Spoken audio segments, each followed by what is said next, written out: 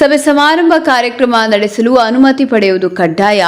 ಚಿಂತಾಮಣಿ. ಈ ಬಾರಿಯ ಲೋಕಸಭಾ ಚುನಾವಣೆಯಲ್ಲಿ ಚಿಂತಾಮಣಿ ವಿಧಾನಸಭಾ ಕ್ಷೇತ್ರದ 1,11,875 ಪುರುಷರು, 1,15,617 ಮಹಿಳೆಯರು, ಇತರೆ 39 ಮಂದಿ ಸೇರಿದಂತೆ ಒಟ್ಟು 2,27,531 ಮತದಾರರು ಮತದಾನದ ಅವಕಾಶವನ್ನು ಪಡೆದುಕೊಂಡಿದ್ದಾರೆ ಎಂದು ಸಹಾಯಕ ಚುನಾವಣಾಧಿಕಾರಿ ನಟೇಶ್ ಮತ್ತು ತಹಶೀಲ್ದಾರ್ ತಾಲೂಕು ಚುನಾವಣಾಧಿಕಾರಿ ಸುದರ್ಶನ್ ಯಾದವ್ ತಿಳಿಸಿದ್ದಾರೆ. ನಗರದ ತಾಲೂಕು ಕಚೇರಿಯಲ್ಲಿ ಮಾತನಾಡಿ, ಲೋಕಸಭಾ ಚುನಾವಣೆ ಘೋಷಣೆಯಾದ ಹಿನ್ನೆಲೆಯಲ್ಲಿ ಸಾರ್ವಜನಿಕರು ಯಾವುದೇ ಸಭೆ ಸಮಾರಂಭ ಅಥವಾ ಕಾರ್ಯಕ್ರಮವನ್ನು ನಡೆಸಿದರೆ ಅದಕ್ಕೆ ಅನುಮತಿ ಪಡೆಯುವುದು ಕಡ್ಡಾಯವಾಗಿದೆ. ಜೊತೆಗೆ ಅಲ್ಲಿ ಚುನಾವಣೆಗೆ ಸಂಬಂಧಿಸಿದ ಚರ್ಚೆಗಳನ್ನು ಮಾಡಬಾರದು, ರಾಜಕೀಯ ಪಕ್ಷಗಳ ಬಾವುಟ ಚಿಹ್ನೆಗಳನ್ನು ಬಳಸಬಾರದು ಹಾಗೂ ಮತಯಾಚಿಸುವುದು ಕೂಡ ಕಾನೂನು ಬಾಹಿರವಾಗಿದೆ. ಚುನಾವಣೆಯಲ್ಲಿ ಸ್ಪರ್ಧಿಸಲಿರುವ ಅಭ್ಯರ್ಥಿಗಳಿಗಾಗಿ ಸುವಿಧಾ ಆ್ಯಪ್ ರೂಪಿಸಲಾಗಿದ್ದು, ಅದರಲ್ಲಿ ಅಭ್ಯರ್ಥಿಗಳು ಸಭೆ ಸಮಾರಂಭ ರ್ಯಾಲಿಗಳಿಗೆ 48 ಗಂಟೆ ಮುಂಚಿತವಾಗಿ ಅನುಮತಿ ಕೋರುವುದು ಸೇರಿದಂತೆ ಎಲ್ಲಾ ರೀತಿಯ ಅರ್ಜಿಗಳನ್ನು ಸಲ್ಲಿಸಬಹುದು. ನಾಮಪತ್ರ ಮತ್ತು ಅಫಿಡೇವಿಟ್ಗಳನ್ನು ಆ್ಯಪ್ ಮೂಲಕವೇ ಸಲ್ಲಿಸಲು ಅವಕಾಶವಿದೆ. ಅರ್ಜಿಗಳನ್ನು ಮೊದಲು ಬಂದವರಿಗೆ ಮೊದಲ ಆದ್ಯತೆಯ ಮೇರೆಗೆ ವಿಲೇವಾರಿ ಮಾಡಲಾಗುವುದೆಂದರು.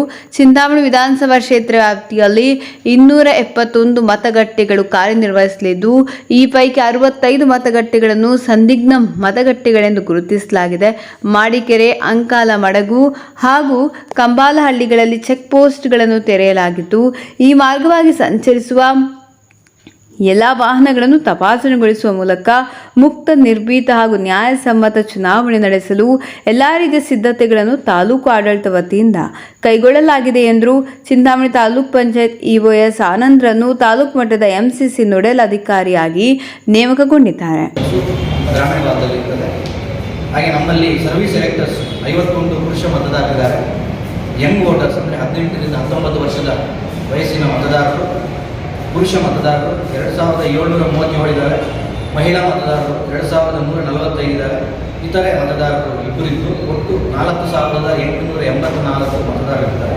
PWD ವೋಟರ್ಸ್ ಅಂದರೆ ವಿಕಲಚೇತನರು ಅಥವಾ ವಿಶೇಷ ಚೇತನರು ನಮ್ಮಲ್ಲಿ ಮಹಿಳಾ ವಿಶೇಷ ಚೇತನರು 1,220 ಇದ್ದಾರೆ.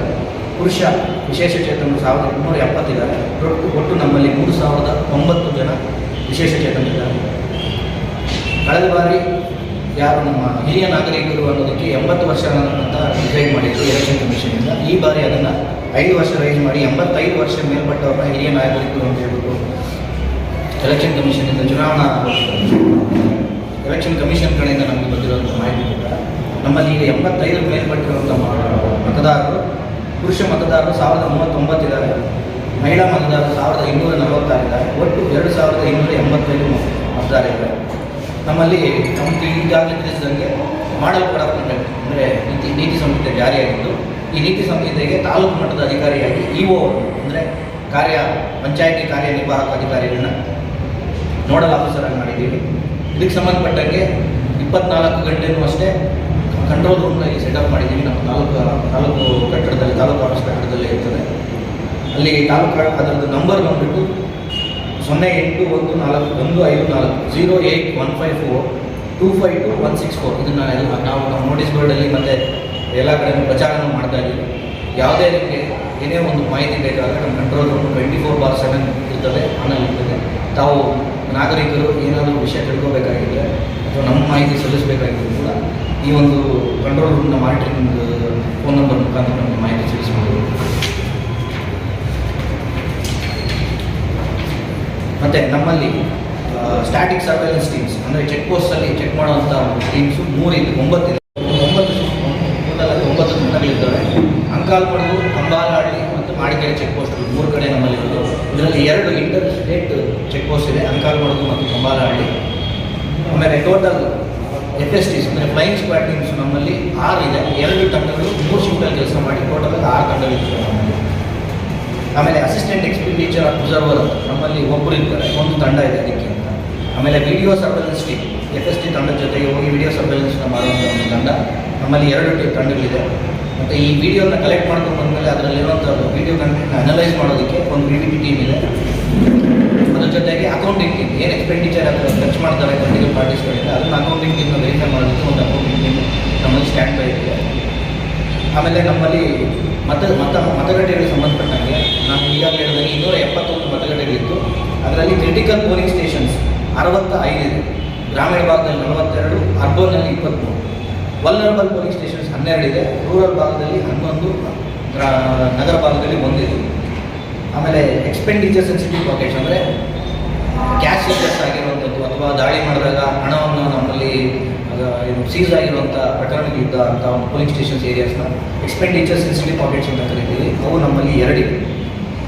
ಆಮೇಲೆ ಈಗ ಸಭೆ ಮತ್ತು ಸಮಾರಂಭ ಅನುಮತಿ ಕೊಡುವುದಕ್ಕೆ ನಾನು ಈಗಾಗಲೇ ಹೇಳಿದ್ದೀನಿ. ನಾನ್ ಪೊಲಿಟಿಕಲ್ ಇರೋದಕ್ಕೆ ಆಫ್ಲೈನಲ್ಲೇ ಪರ್ಮಿಷನ್ಸ್ ಕೊಡ್ತಾ ಇದ್ದೀವಿ. ಪೊಲಿಟಿಕಲ್ ಇರುವಂಥವ್ರಿಗೆ ಆನ್ಲೈನಲ್ಲೇ ಅರ್ಜಿನ ಹಾಕ್ಕೊಂಡು ಅದು 48 ಗಂಟೆ ಮುಂಚೆನೇ ಹಾಕೋಬೇಕಾಗ್ತದೆ. ಹಾಕ್ಕೊಂಡು ಅಲ್ಲಿಂದ ನಮ್ಮ ಹತ್ರ ನೀವು ಪರ್ಮಿಷನ್ ತಗೋಬೇಕಾಗ್ತದೆ. ಆಮೇಲೆ ಇದಕ್ಕೆ ಸಂಬಂಧಪಟ್ಟಂಗೆ ಮತ್ತು ಇನ್ನೊಂದು ಎಲ್ಲರ ಸಾರ್ವಜನಿಕರ ಹಾಗೂ ನಾಗರಿಕರ ಗಮನಕ್ಕೆ ಏನಂದರೆ CVGIL ಅಂತ ಒಂದು ಆ್ಯಪ್ ಮಾಡಿದ್ದೀವಿ. ಯಾವುದೇ citizen portal, citizen oriented, citizen centric, citizen portal ಅಲ್ಲಿ ತಾವು ಏನೇ ಕಂಪ್ಲೇಂಟ್ಸ್ನ ಲಾಂಚ್ ಮಾಡಬೇಕಂದ್ರೂ ಕೂಡ ಅದನ್ನು ಮಾಡ್ಬೋದು. ಅದು ನಮ್ಮ ನೇರವಾಗಿ ಅದು ನಮ್ಮ ಲಾಗಿನ್ಸ್ ಬರ್ತದೆ. ನಾವು ಅದನ್ನು ಅಟೆಂಡ್ ಮಾಡ್ತೀವಿ.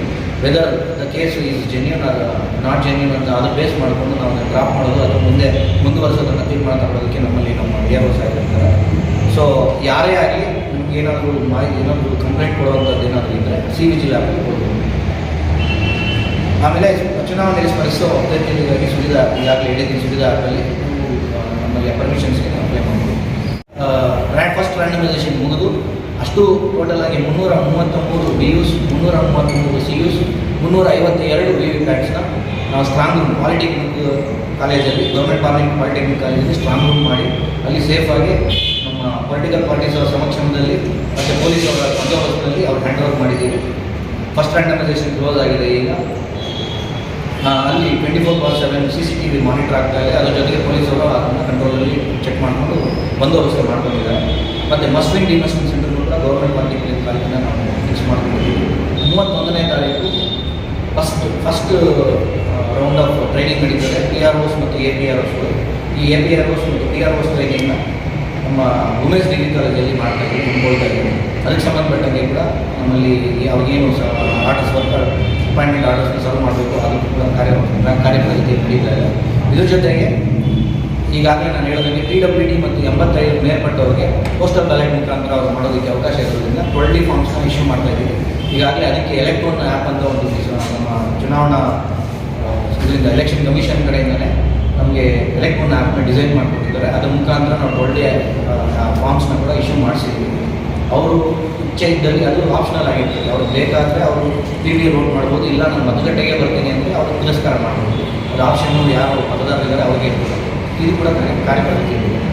ಮತ್ತು ಇದನ್ನು ಬಿಟ್ಟು ಇದ್ರ ಜೊತೆಗೆ ಈಗಾಗಲೇ ಸಾಹೇಬರು ನಮ್ಮ ಜೊತೆ ವಲ್ನರಬಲ್ ಸ್ಟೇಷನ್ಸ್ ಬಗ್ಗೆ ಈಗ ಒಂದು ಅರ್ಧ ಗಂಟೆ 1 ಅವರ್ ಮುಂಚೆ ವಲ್ನರಬಲ್ ಮತ್ತು ಕ್ರಿಟಿಕಲ್ ಪೋಲಿಂಗ್ ಸ್ಟೇಷನ್ ಬಗ್ಗೆ ಅಬಕಾರಿ ಇಲಾಖೆ ಮತ್ತು ನಗರಸಭೆಯಿಂದ EO ಆಫೀಸು ಮತ್ತು ಪೊಲೀಸ್ ಡಿಪಾರ್ಟ್ಮೆಂಟ್ ಇಷ್ಟು ಜನನ್ನು ಒಂದು ಕಡೆ ಸೇರಿಸ್ಕೊಂಡು ನಾವು ಮೀಟಿಂಗ್ ಮಾಡಿದ್ದೀವಿ. ವಲ್ನರಬಲ್ ಪೋಲಿಂಗ್ ಸ್ಟೇಷನ್ಸಲ್ಲಿ ಯಾವ ಥರ ನಾವು ಇಂಟಿಮಿಡೇಟರ್ಸ್ನ ಐಡೆಂಟಿಫೈ ಮಾಡಬೇಕು ಮತ್ತು ಅವ್ರ ವಿರುದ್ಧ 107 ಕೇಸಸ್ನ ಯಾವ ಥರ ಮಾಡಿದ್ದಾರೆ, ಏನು ಅಂತ ಮಾಹಿತಿ ತಗೊಂಡಿದ್ದೀವಿ. ಇಲ್ಲಿವರೆಗೂ ಈ ನಡೆದಿರುವಂಥ ಪ್ರಕ್ರಿಯೆ ಇದು.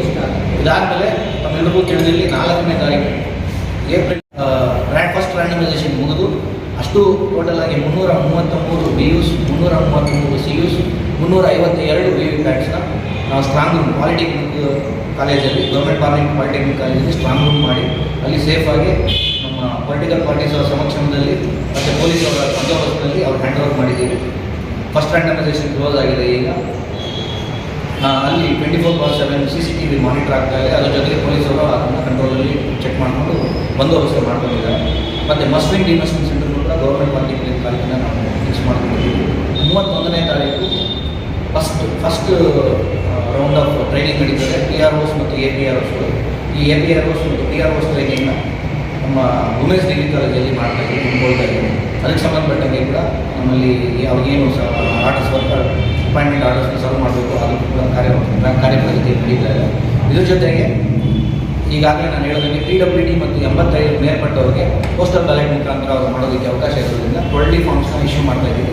ಈಗಾಗಲೇ ಅದಕ್ಕೆ ಎಲೆಕ್ಟ್ರೋನ್ ಆ್ಯಪ್ ಅಂತ ಒಂದು ನಮ್ಮ ಚುನಾವಣಾ ಇದರಿಂದ ಎಲೆಕ್ಷನ್ ಕಮಿಷನ್ ಕಡೆಯಿಂದಲೇ ನಮಗೆ ಎಲೆಕ್ಟ್ರೋನ್ ಆ್ಯಪ್ನ ಡಿಸೈನ್ ಮಾಡಿಕೊಟ್ಟಿದ್ದಾರೆ. ಅದರ ಮುಖಾಂತರ ನಾವು 20 ಫಾರ್ಮ್ಸ್ನ ಕೂಡ ಇಶ್ಯೂ ಮಾಡಿಸಿದ್ದೀವಿ. ಅವರು ಇಚ್ಛೆ ಇದ್ದಲ್ಲಿ ಅದು ಆಪ್ಷನಲ್ ಆಗಿರ್ತದೆ. ಅವ್ರಿಗೆ ಬೇಕಾದರೆ ಅವರು PV ವೋಟ್ ಮಾಡ್ಬೋದು, ಇಲ್ಲ ನಾನು ಮತಗಟ್ಟೆಗೆ ಬರ್ತೀನಿ ಅಂದರೆ ಅವರು ತಿರಸ್ಕಾರ ಮಾಡ್ಬೋದು. ಅದು ಆಪ್ಷನ್ನು ಯಾರು ಮತದಾರರಿದ್ದಾರೆ ಅವ್ರಿಗೆ ಇರ್ತದೆ. ಇದು ಕೂಡ ಕಾರ್ಯಪದ್ಧತಿ ಇದೆ. ಮತ್ತು ಇದನ್ನು ಬಿಟ್ಟು ಇದ್ರ ಜೊತೆಗೆ ಈಗಾಗಲೇ ಸಾಹೇಬರು ನಮ್ಮ ಜೊತೆ ವಲ್ನರಬಲ್ ಸ್ಟೇಷನ್ಸ್ ಬಗ್ಗೆ ಈಗ ಒಂದು ಅರ್ಧ ಗಂಟೆ 1 ಅವರ್ ಮುಂಚೆ ವಲ್ನರಬಲ್ ಮತ್ತು ಕ್ರಿಟಿಕಲ್ ಪೋಲಿಂಗ್ ಸ್ಟೇಷನ್ ಬಗ್ಗೆ ಅಬಕಾರಿ ಇಲಾಖೆ ಮತ್ತು ನಗರಸಭೆಯಿಂದ EO ಆಫೀಸು ಮತ್ತು ಪೊಲೀಸ್ ಡಿಪಾರ್ಟ್ಮೆಂಟ್ ಇಷ್ಟು ಜನನೂ ಒಂದು ಕಡೆ ಸೇರಿಸ್ಕೊಂಡು ನಾವು ಮೀಟಿಂಗ್ ಮಾಡಿದ್ದೀವಿ. ವಲ್ನರಬಲ್ ಪೋಲಿಂಗ್ ಸ್ಟೇಷನ್ಸಲ್ಲಿ ಯಾವ ಥರ ನಾವು ಇಂಟಿಮಿಡೇಟರ್ಸ್ನ ಐಡೆಂಟಿಫೈ ಮಾಡಬೇಕು ಮತ್ತು ಅವ್ರ ವಿರುದ್ಧ 107 ಕೇಸಸ್ನ ಯಾವ ಥರ ಮಾಡಿದ್ದಾರೆ ಏನು ಅಂತ ಮಾಹಿತಿ ತಗೊಂಡಿದ್ದೀವಿ. ಇಲ್ಲಿವರೆಗೂ ಈ ನಡೆದಿರುವಂಥ ಪ್ರಕ್ರಿಯೆ ಇದು. ಇದಾದಮೇಲೆ ತಮ್ಮೆಲ್ಲರಿಗೂ ತಿಳಿದಿರಲಿ 4ನೇ ತಾರೀಕು ಏಪ್ರಿಲ್